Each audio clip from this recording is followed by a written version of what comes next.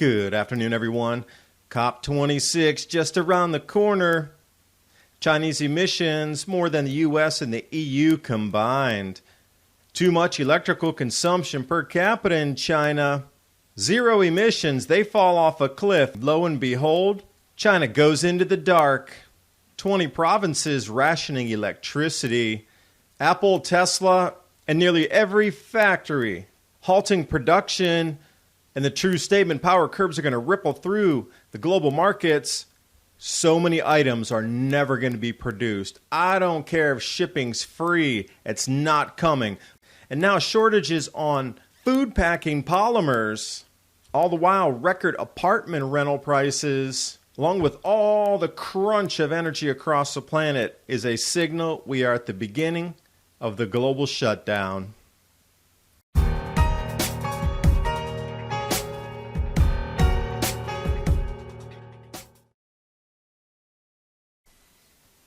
Weight loss is scientifically proven to be most difficult once we reach middle age. This is because after age 20, our body's metabolism slows down 4% every decade. We experience a 10% drop in our metabolism by the time we're 50. That's the reason why age is so strongly correlated with weight gain. That's why I recommend Adapt with Keto. Thousands of Americans report losing weight, slimmer stomachs, toned muscles, and reduced cravings within days of taking this product. It works in a similar fashion to how the popular keto diet works, which melts fat, tones your muscles, and reduces cravings. Opening another bag, that's why I recommend Adapt with Keto.com. Try it today for 51% off by going to adaptwithketo.com. That's adaptwithketo.com. Or you can click on the link in the description box below. And now on with the video. Some beautiful images of La Palma Eruption, now lava reaching the ocean. Once calm, now volatile. This describes the very world we're living in. Geophysical, geopolitical. Workers who keep global supply chains moving are warning of a system collapse. We are at the very beginning of the global shutdown. China plunging into the dark. Now, you would never in your wildest dreams ever even consider this to be possible. Ever. Chinese cities being plunged into darkness on purpose. More than half of Chinese provinces are now rationing electricity.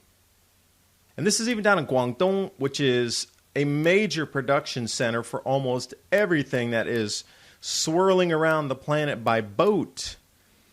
And if you want to bring it up into high tech here, Apple, Tesla suppliers to halt production. China power crunch. They're citing surging coal and natural gas prices, which loops right into the energy crisis in Europe.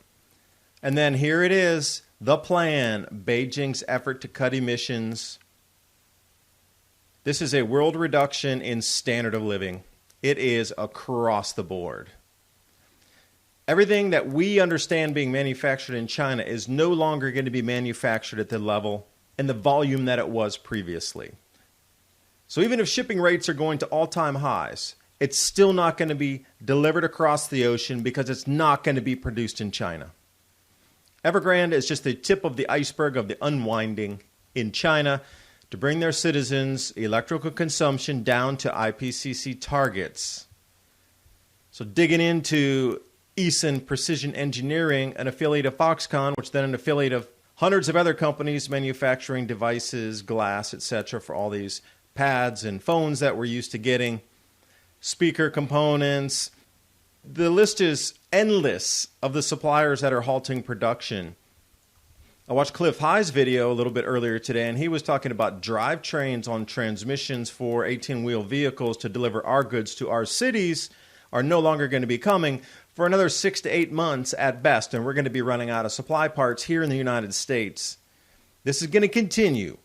There is no end in sight to the reduction of goods coming out of that country or arriving to ours. The power crunch, I couldn't believe it when I saw this. Tech suppliers suspend China operations over energy policies.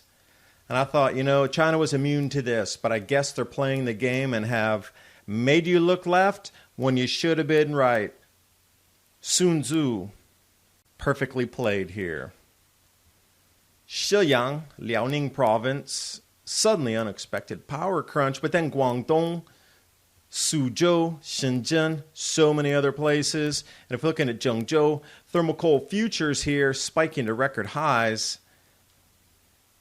From calm to eruptive. Another image from La Palma, reflecting our world. Perhaps the scattered energy field of the human resonance is causing these earth changes as well. Now, here's something not a lot of people are talking about. I had to dig this one out of the dustbin from last year. Chinese emissions are more than the United States and the EU combined. And there was always the talk about, wait, what's happening? Why are they never chastised or forced to reduce? Apparently, Chinese manufacture has reached some sort of conclusion where everything has been manufactured that will need to step into the next world. Now it's time to disassemble it. Electricity consumption per capita, China just screams above the rest of the world. Well, you know what kind of world we're living in. Chinese targets for carbon neutrality 2050 means they need to go off a steep cliff and quick.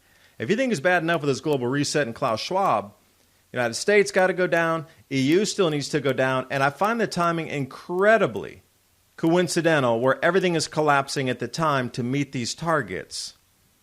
So this power crisis in Asia and Europe, which is going to spill over to the United States, these power curves will ripple through and are rippling through the global economy, global markets, global manufacturing as we speak. These supply chain shortages are going to be indefinite, and they are going to affect our lives, especially in the transportation sector on ground, to get food and medical supplies into the cities.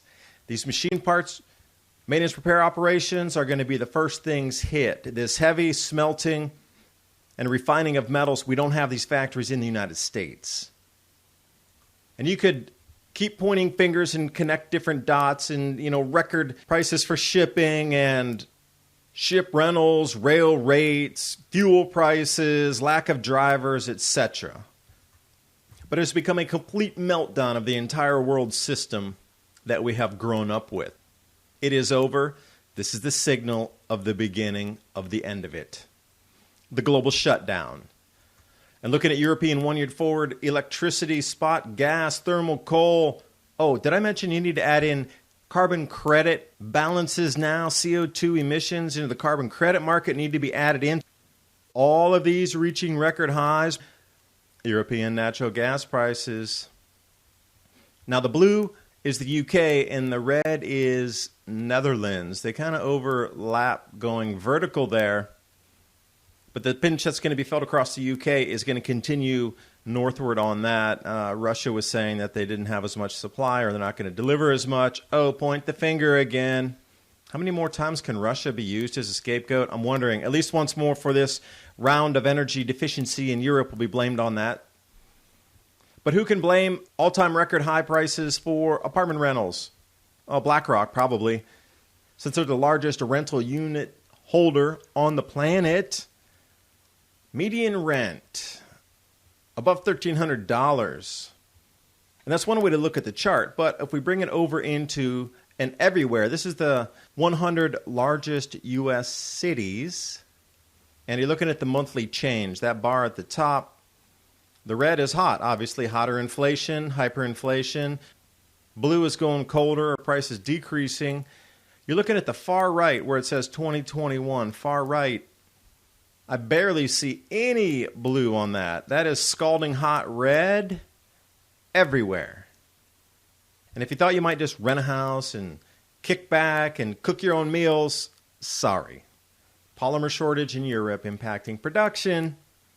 This has been ongoing since 2020, but they thought it would have alleviated itself. But this shortage is intensifying through Europe now, as well as we'll start to see this in other parts of the world shortly. Now, since the auto manufacturing industry is pretty much shut down, you would think a lot of those polymers would have been redirected and retooled right over into plastic foodstuff containers. Not. Automotive industry, nothing. They're at a standstill. They can't get the chipsets in to continue production. So where does this leave our world? where they can't even produce enough plastic to wrap the foods, to keep it in the supermarkets, or to deliver it to your homes.